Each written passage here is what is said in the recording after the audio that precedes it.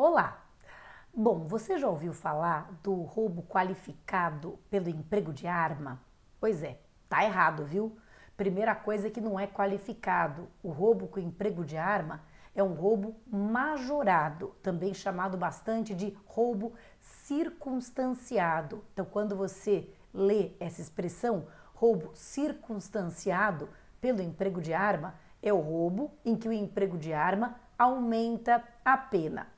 Pois bem, nesse vídeo eu vou te explicar toda a polêmica, e olha que não é pequena, envolvendo essa figura do roubo circunstanciado pelo emprego de arma. E eu já peço que você preste muita atenção na questão da aplicação da lei penal no tempo, porque a lei penal foi mudando ao longo dos anos, sobretudo dos últimos anos, e a gente tem que compreender como é que fica a aplicação da lei penal no tempo, se ela retroage, se ela só se aplica dali em diante, enfim, muitas e muitas polêmicas, mas a gente vai tirar todas as dúvidas nesse vídeo aqui. Então, bora lá! Emprego de arma no crime de roubo. Olha só, eu coloquei 4 datas que são as mais importantes para a gente compreender essa evolução histórica, por assim dizer. Então, vamos começar lá em 1940, há quase 80, mais de 80 na verdade, né? 83 anos atrás. O que aconteceu 83 anos atrás foi a entrada em vigor do nosso Código Penal Brasileiro. E deixa eu só fazer uma alteraçãozinha aqui, porque está muito grande, agora tá bom. O nosso Código Penal Brasileiro entrou em vigor em 1940. Você sabe que a parte geral foi toda alterada em 84, mas a parte especial continua sendo alterada, digamos assim, na base do puxadinho, altera aqui, altera ali, mas ela não sofreu uma reforma integral ou uma substituição. Então fica bagunçado mesmo. Como é que era o código na sua versão original? Na sua versão original, o código, lá no crime de roubo, artigo 157, trazia um parágrafo segundo. Lembra que a pena do crime de roubo é de 4 a 10 anos, mas o parágrafo segundo dizia que aumenta-se essa pena de 1/3 até a metade quando a violência ou ameaça, lembra que o roubo é a prática de subtração com violência, ameaça ou outro meio que impossibilite a resistência, quando a violência ou ameaça eram exercidas com emprego de arma, aumentava-se a pena. Essa era a redação original do código. E o que se entendia como arma aqui? Qualquer instrumento com potencial vulnerante ou que pudesse causar temor. Qualquer instrumento com potencial vulnerante ou que pudesse causar temor. Então, desde as armas próprias, o que são armas próprias? Aqueles instrumentos criados, fabricados para ataque ou defesa. Então, uma arma de fogo é uma arma própria, por exemplo, como as armas brancas, as armas impróprias, né? Arma branca, arma imprópria, são instrumentos que podem ser usados para ataque e defesa, embora não sejam específicos para essa finalidade. Então vai desde uma faca, um canivete, um taco de beisebol, um pedaço de garrafa quebrado, enfim, tudo isso é arma imprópria ou arma branca.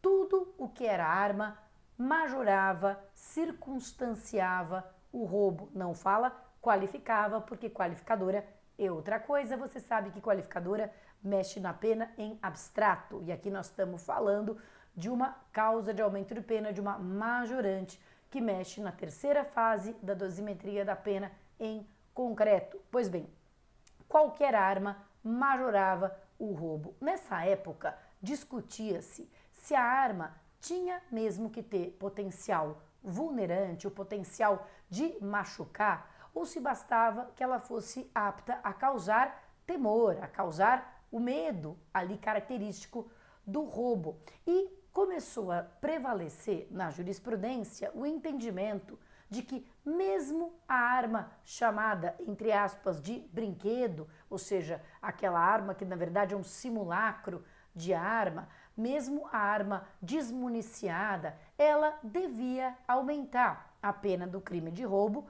porque ela deixava a vítima em estado de maior vulnerabilidade, por assim dizer, né? Tornava mais fácil a prática do roubo, a prática da subtração, porque a vítima sentia mais temor.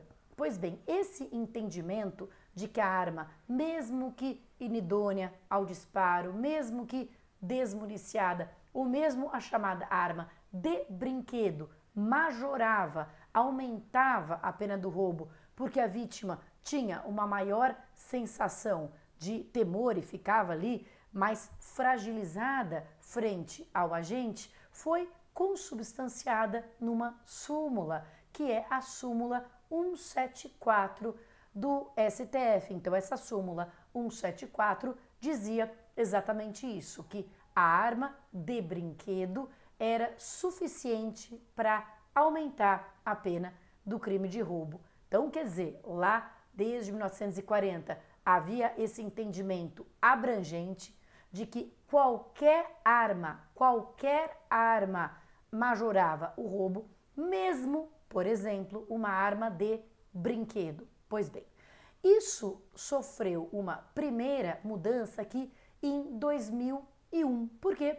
Porque em 2021, aquela súmula que eu já havia citado, no crime de roubo, a intimidação feita com arma de brinquedo autoriza o aumento de pena, essa súmula foi cancelada. Houve o cancelamento, famoso cancelamento da súmula 174. Então, a partir desse momento, começou a prevalecer na jurisprudência o entendimento de que, embora o artigo 157, parágrafo 2º, incluísse qualquer arma, arma era necessariamente um instrumento com potencial vulnerante. Fosse uma arma de fogo, fosse uma arma imprópria, fosse uma arma branca, mas tinha que ter algum potencial de causar lesão corporal, ofensa à integridade física da vítima. Então começou a se entender que a causa, a razão de ser da majorante não era a maior sensação de fragilidade, a sensação, digamos, subjetiva de fragilidade da vítima, mas a objetiva possibilidade da vítima sofrer ofensa à sua integridade física. Muitos alunos me perguntam, mas Paty, ainda que a arma seja de brinquedo, ainda que a arma esteja quebrada, ainda que a arma esteja desmuniciada, como é que a vítima vai saber? Obviamente a vítima não vai saber. Mas o que o STJ e o STF acabaram consolidando, compreendendo, era de que a razão de ser da causa de aumento de pena não é se a vítima sabia ou não que estava correndo risco, mas o fato dela objetivamente estar ou não correndo risco à sua integridade física.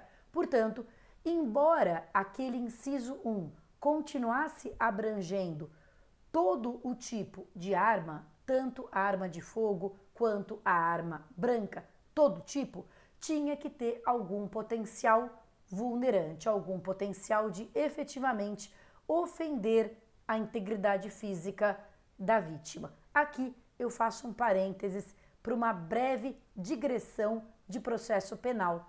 A pergunta aqui é: quem tem que provar que a arma tinha mesmo? Imagina que a arma não efetuou nenhum disparo, né? O agente apenas apresentou a arma, mas ele não precisou dispará-la. Será que quem tem que provar que a arma tinha potencial vulnerante é o MP? Ou quem tem que provar que a arma não tem potencial vulnerante é a defesa?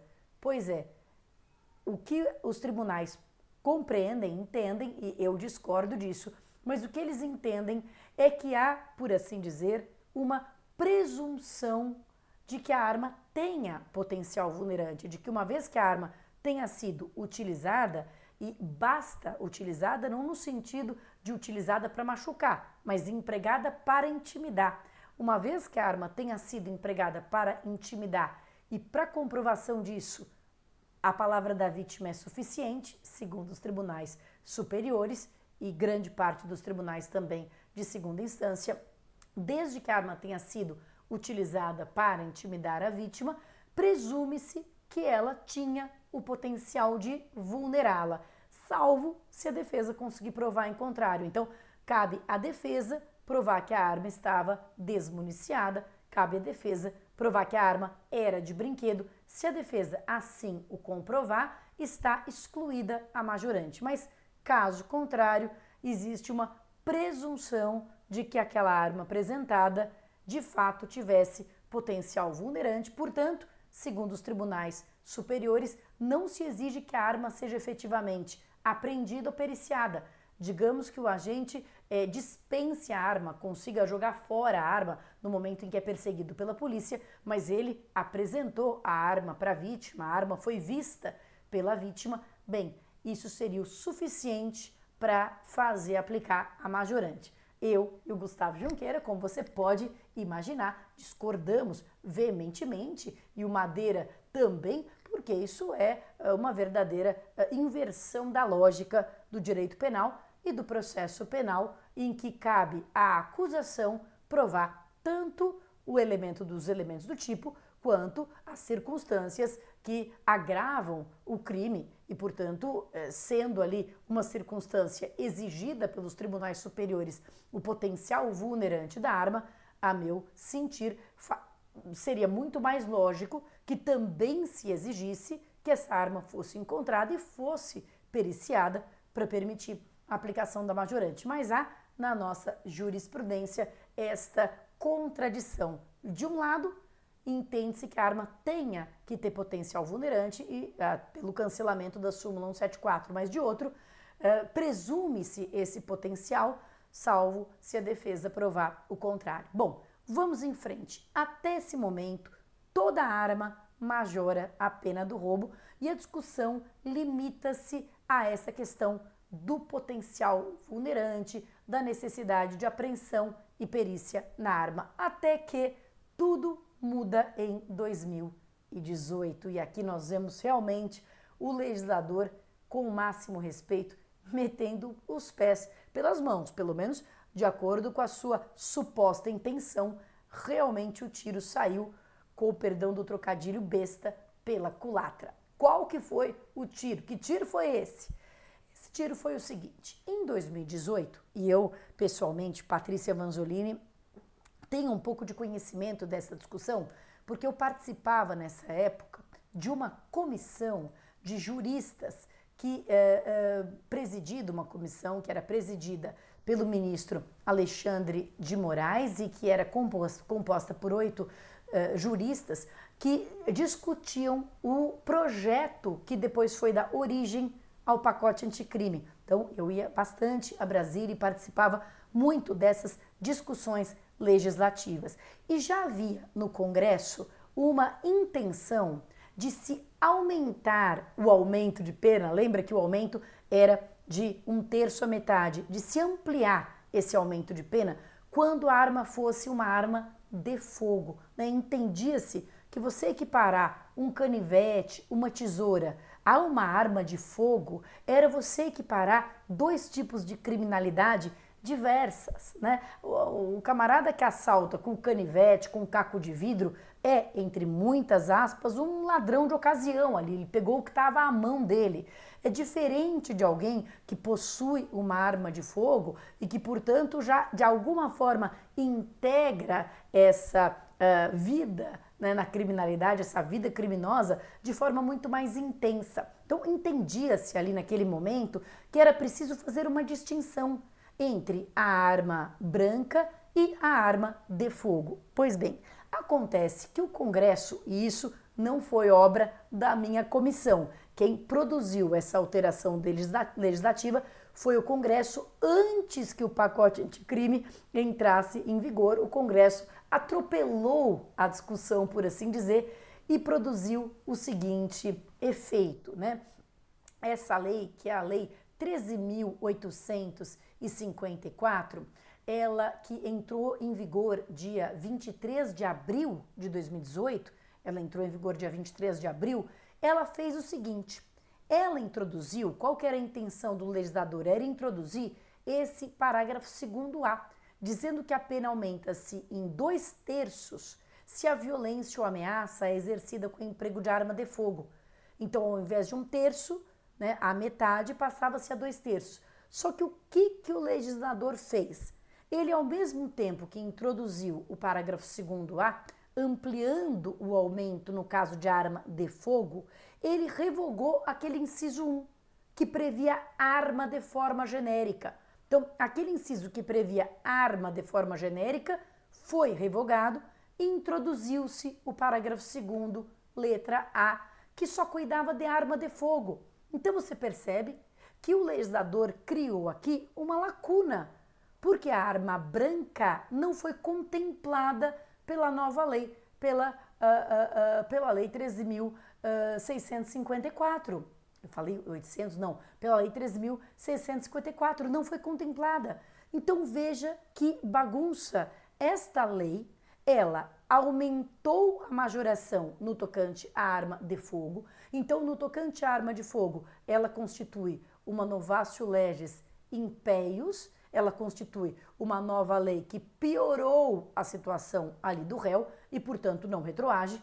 Isso significa que quem praticou um crime de roubo com emprego de arma de fogo antes de 2018 continua tendo uma majoração máxima de metade, não pega a nova lei, mas, ao mesmo tempo, revogou a majorante da arma branca, produzindo em relação à majorante da arma branca, portanto, aquilo que os tribunais superiores chamaram, até de forma um pouco inadequada, mas abolitio criminis. Inadequada porque o termo abolitio criminis deveria ser usado para a descriminalização de um tipo penal, né? Não para a exclusão de uma majorante, mas acabou sendo chamado assim na jurisprudência, uma abolitio criminis da majorante da arma branca, ou seja, a partir de 23 de abril de 2018, quem praticasse um roubo com faca, canivete, caco de vidro, tesoura, estilete, não teria a aplicação da majorante. Mas não é só. Como no tocante à arma branca, essa lei 13.654, ela excluiu essa majorante, essa alteração é considerada uma novatio legis in melius, como dizem os tribunais superiores, uma abolitio criminis da majorante. E como qualquer lex missior, como qualquer lei mais benéfica, ela retroage, aplicando-se inclusive a fatos já decididos por sentença transitada em julgado. Então, mesmo aqueles que haviam sido condenados com sentença transitada em julgado com a majoração da pena do emprego da arma branca, eram beneficiados pela retroatividade da nova lei, que tornou-se uma novatio legis in melius no tocante à arma branca. Olha só que efeito que eu entendo, eu presumo que não era a intenção do legislador. Presumo que não era a intenção do legislador, de alguma forma, beneficiar todos aqueles que cometiam e que já tinham cometido roubo com emprego de arma branca.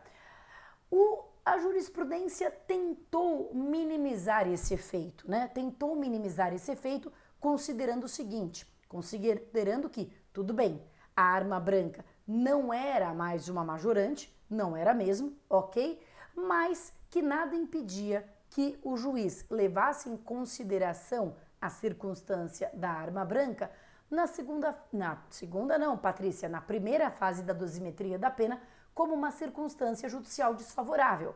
Então, acabamos trocando 6 por meia dúzia, quer dizer, mais ou menos, né? Na ponta do lápis ficou ainda melhor, mas o fato é que não era uma majorante, não podia se aplicar a terceira fase da dosimetria, mas podia se considerar como uma circunstância judicial desfavorável e ser levada em conta para exasperar a pena base na primeira fase da dosimetria. Pois bem, a história caminha e logo entra em vigor em 2020 o pacote anticrime, esse sim do qual eu tive, né, uma certa influência ali na sua composição, né? Participei, não eu apenas, claro, mas participei da discussão e da redação do pacote anticrime. Pois bem, quando o pacote anticrime veio, né, entrou em vigor, e ele é de 2019, como você sabe, mas ele entrou em vigor no dia 23 de janeiro de 2020, né, então perceba, a Lei 13.654 entrou em vigor lá em 23 de abril de 2018 e vigorou no tocante a essa matéria até o pacote anticrime entrar em vigor. O pacote anticrime entrou em vigor dia 23 de janeiro de 2023 e quando o pacote anticrime entrou em vigor, a coisa foi modificada novamente.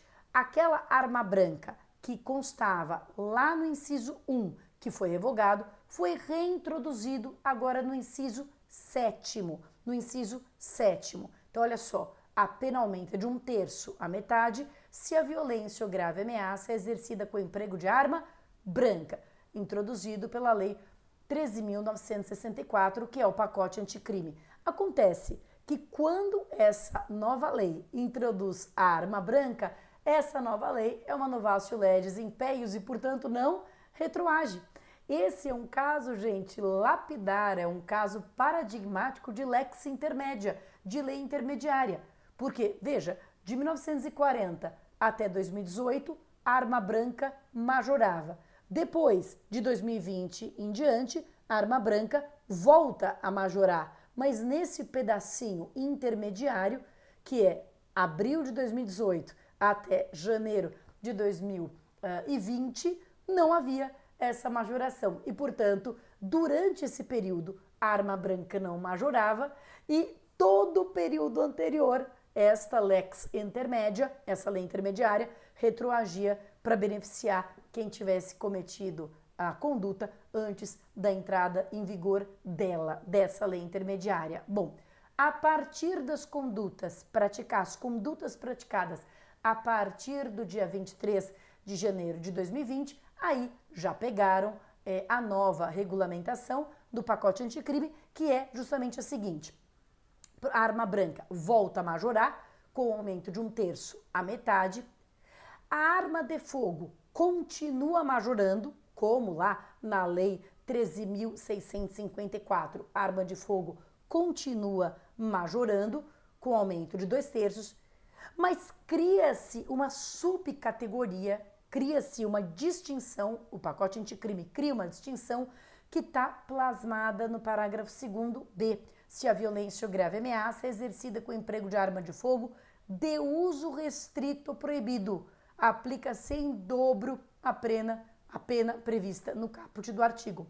Então, qual que é o estado da arte atual? Atualmente, a arma, o emprego de arma no crime de roubo pode majorar a pena em 3 patamares. Arma branca, 1/3 à metade. Arma de fogo, 2/3. Arma de fogo de uso proibido ou restrito, nos termos do Estatuto do Desarmamento, o aumento é em dobro. Nós temos esses 3 patamares e temos todas essas questões de aplicação da lei no tempo, sendo que lá até 2018 toda a arma majorava, a partir de 2018 aumenta-se a majorante da arma de fogo e isso não retroage, mas abole-se a majorante da arma branca e isso retroage, e a partir de 2020 se reintroduz a arma branca, mantém-se a majorante da arma de fogo e cria-se uma majorante mais larga da arma de fogo de uso restrito ou proibido. A coisa está desse jeito até este vídeo, mas nada garante que amanhã tudo não vai mudar. E aí a gente vai estar aqui no canal Alguma Dúvida para garantir que você esteja sempre super, ultra, mega atualizado com todas essas mudanças. Direito penal no Brasil, meus amigos, não é para amadores. É isso aí. Qualquer dúvida você deixa aqui. Bons estudos e até a próxima!